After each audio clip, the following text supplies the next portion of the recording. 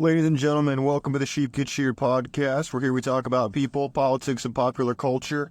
I'm your host, the one and only Austin Creed. My friends, I'm on the road and it's a little earlier in the morning for me.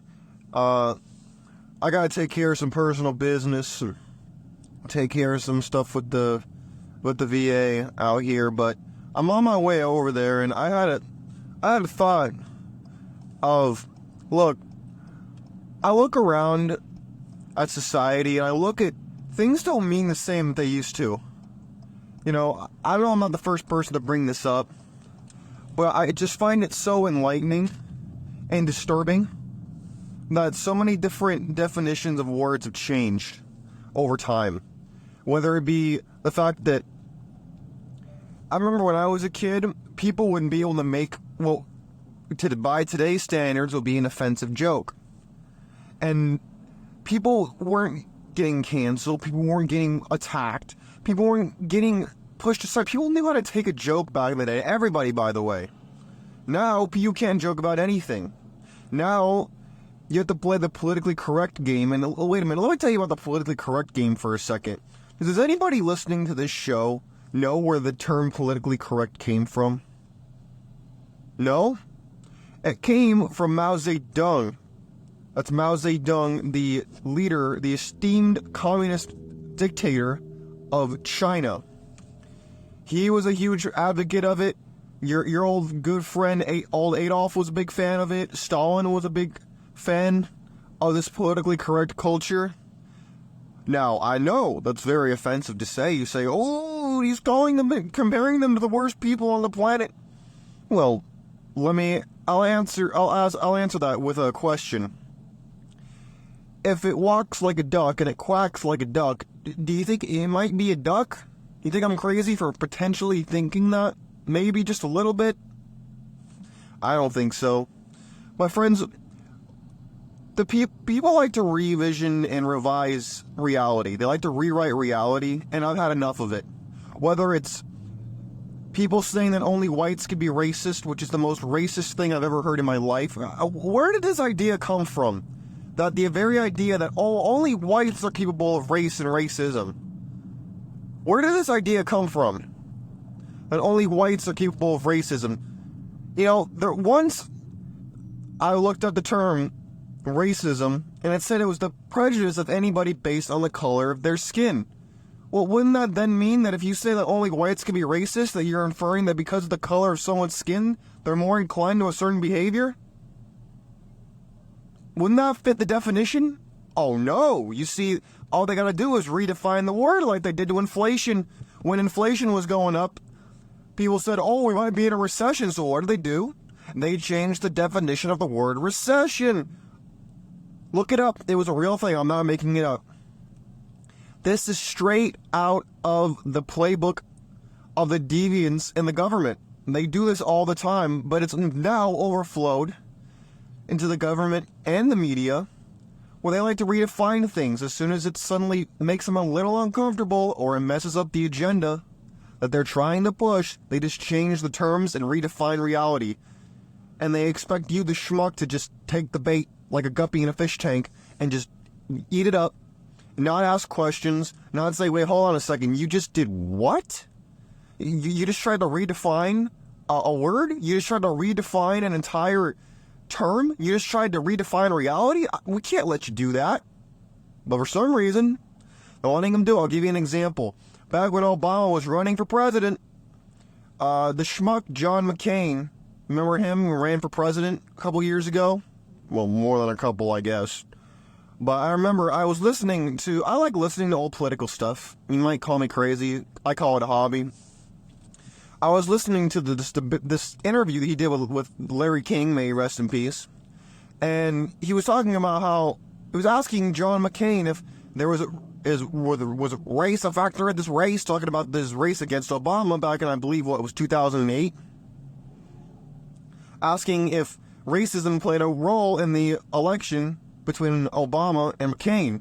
And McCain, being a schmuck, took the bait and he said, oh yes, Larry, we have to fight against it, Larry. And then he told a teeny minority that would vote based on race. And I said to myself, wait a minute. You mean to tell me that the 96% of blacks who voted for Obama was a teeny minority? And then it dawned on me. I said, wait a minute, hold on. He's not talking about all races. No. They're referring to the Goyim. They're referring to the evil white man all over again. That's what they're talking about. They're saying that only whites can be racist to these two schmucks. That's what they're talking about. Again, it all goes back to redefining reality. Why do you think that whether it's influencers on the internet, whether it's media personalities, whether it's people in the government, why do you think that people like to redefine reality, change and mix up the terms? It's to keep you confused so that you can't follow the bouncing ball and then put 2 and 2 together and come up with 4 instead of 22. That's all. That's why they do it. Confusion is a perfect way to keep you in the dark. Sun Tzu, great book, wrote a fantastic book called The Art of War. And in The Art of War, he said that all warfare was based on deception. It's so good they even put in a Call of Duty game. I think it was Modern Warfare 3. They put that line in there because it was that good. And he said that if you knew your enemy, if you knew yourself and you knew your enemy, then you held the key to victory. Well, if you don't know your enemy, it's hard to fight them. And if you don't know who you are, much less who your enemy is, well, then all you're doing is swinging around, a loofah around it in the air? Like, what are you doing? You don't know what the hell's going on. You're just about to get played. You don't know what the hell's going on, which makes you very easily manipulated and very easily to maneuver in any way they want. That's why they like to redefine reality.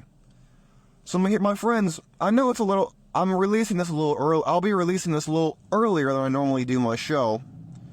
But this is just where my head was at this morning. I woke up really early this morning. I couldn't sleep.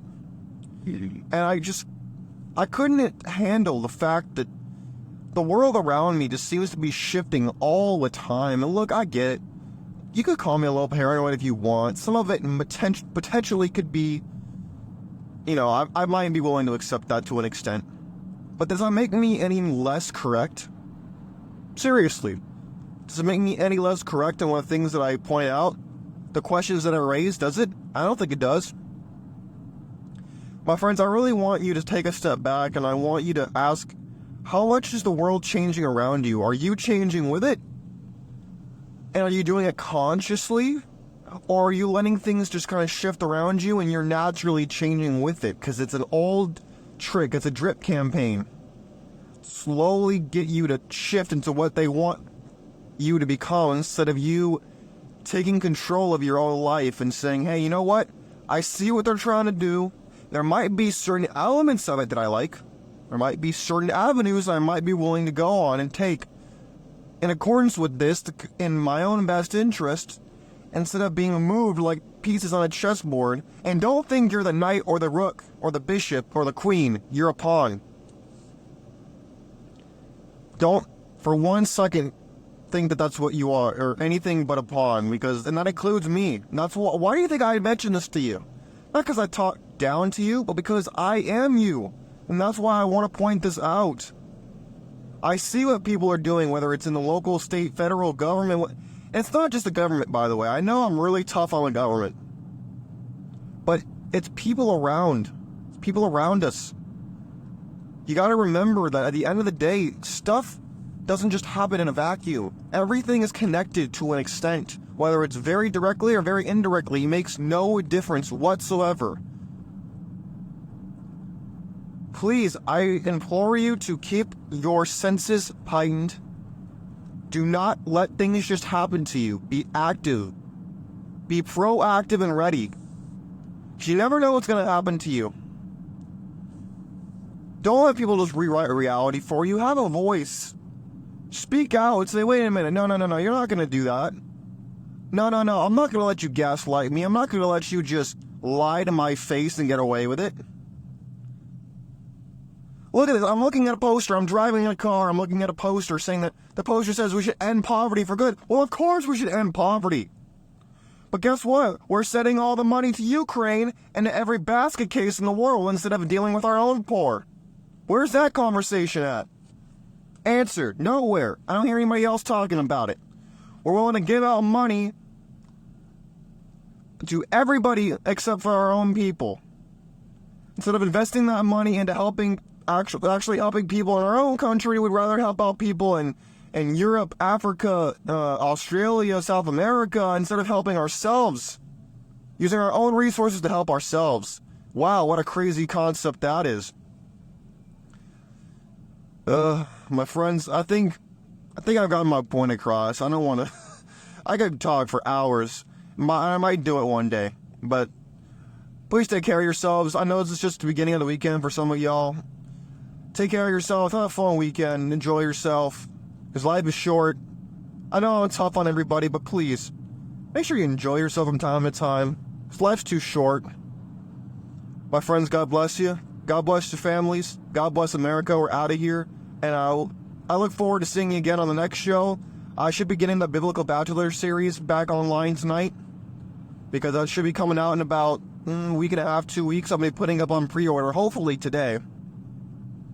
So if you're a young man, a middle-aged man, older man, and you're looking to restart your life, one to start new, one to learn something new, if you're spiritually seeking and you want to break out of the matrix, I have just the book for you, Biblical Bachelor. My friends, God bless you. God bless your family. God bless America. We're out of here. Peace.